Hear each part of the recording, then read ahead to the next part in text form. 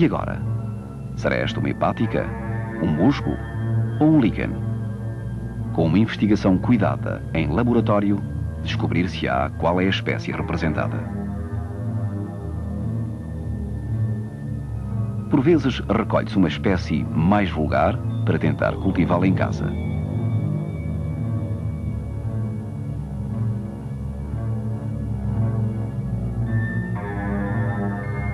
Entre tantas observações e recolhas cristalográficas vão também sendo executadas.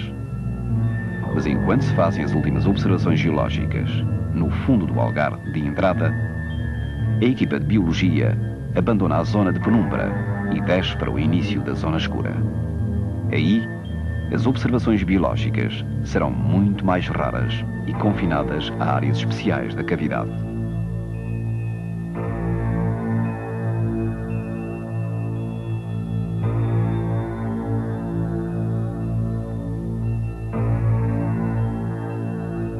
O ritmo de progressão já se encontra estabelecido.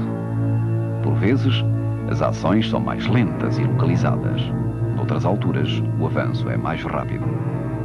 No entanto, o espírito observativo está sempre desperto e as notas para o relatório avolumam-se a pouco e pouco.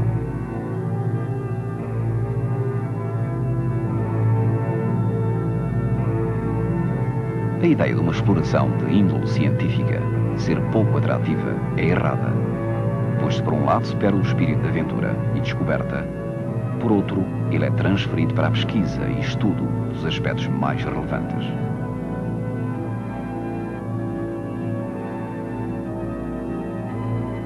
O enlevo pela beleza das formas de reconstrução, esse é comum a qualquer tipo de exploração, pois o único fator variável é o tempo disponível para a apreciação do local.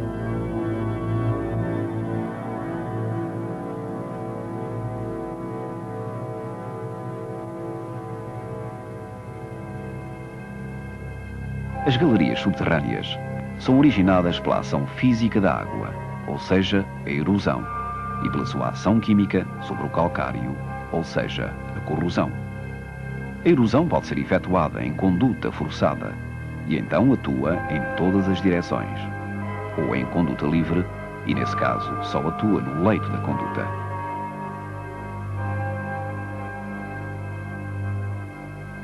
Ao verificar-se a existência de conduta livre, o curso de água subterrâneo atua como um rio-efígio, exercendo ações de transporte e acumulação.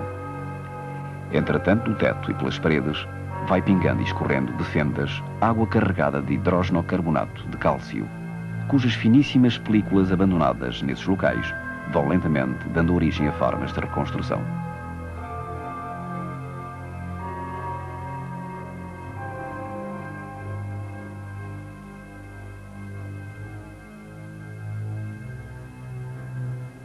Os ressaltos e as quedas de água são em geral frequentes nas correntes de água subterrânea, mas os caudais são muito variáveis consoante a época do ano. A erosão exercida nas condutas acaba por abrir passagens para zonas mais profundas e então a água precipita-se rapidamente por essa nova conduta, deixando de exercer qualquer ação importante no pedaço do anterior leito. Nessa zona só escorrem agora as águas infiltradas em níveis superiores.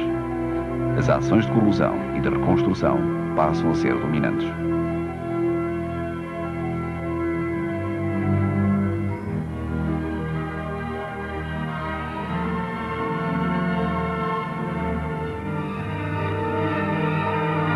A cristalização nas formas de reconstrução permite um progressivo alongamento da estrutura criada.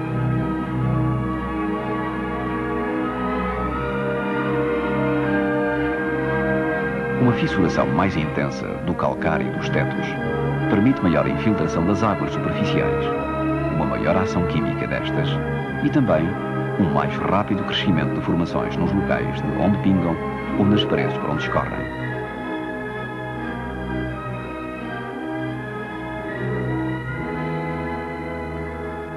Toda a água infiltrada desde a superfície, neste e noutros locais, vai a pouco e pouco sendo conduzida por uma rede de pequenas ramificações até condutas maiores e, por fim, ao leito coletor principal. Neste local, por onde uma conduta já passou em épocas longínquas, continua a haver, embora quase insignificante, um fluxo de escorrência. Todas as águas que pingam do teto ou escorrem pelas paredes são agrupadas no fundo do poço e canalizadas daí para níveis inferiores. A evolução da cavidade continua, tendo já sido atingida a sua fase geomorfológica de maturidade.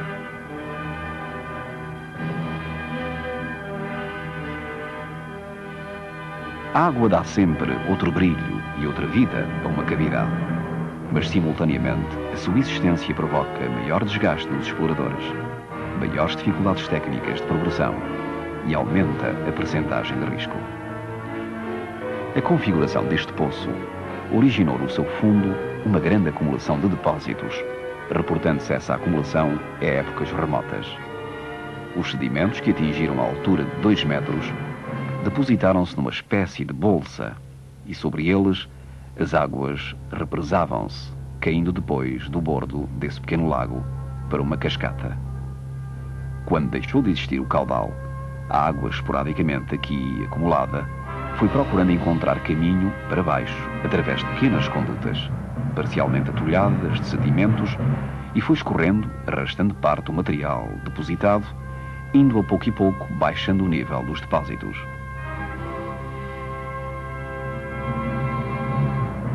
A presença de chaminés de fadas nas paredes do poço, bem como de terraços, provam a existência de fases sucessivas de deposição e erosão.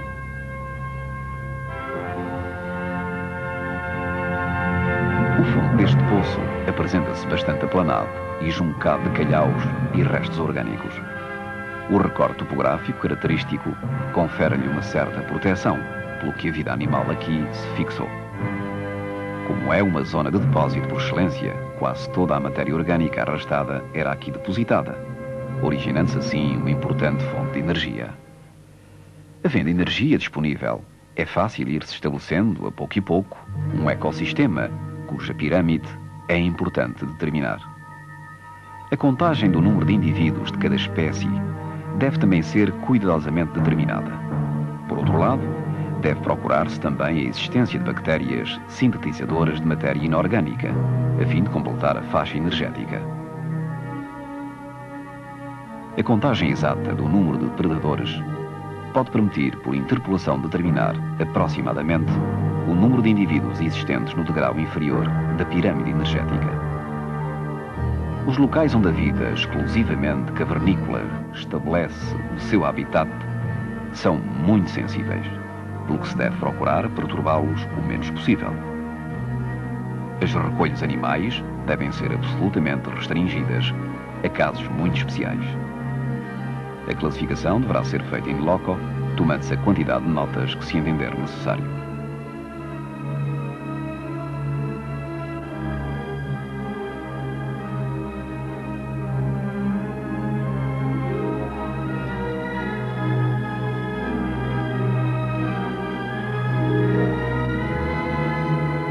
Efetuada a busca sistemática por cada explorador da área que lhe coube, feitas as observações e contagens, resta agora arrumar todos os elementos coligidos e prosseguir, deixando que a calma habitual retome a este local, para que a batalha pela vida possa continuar.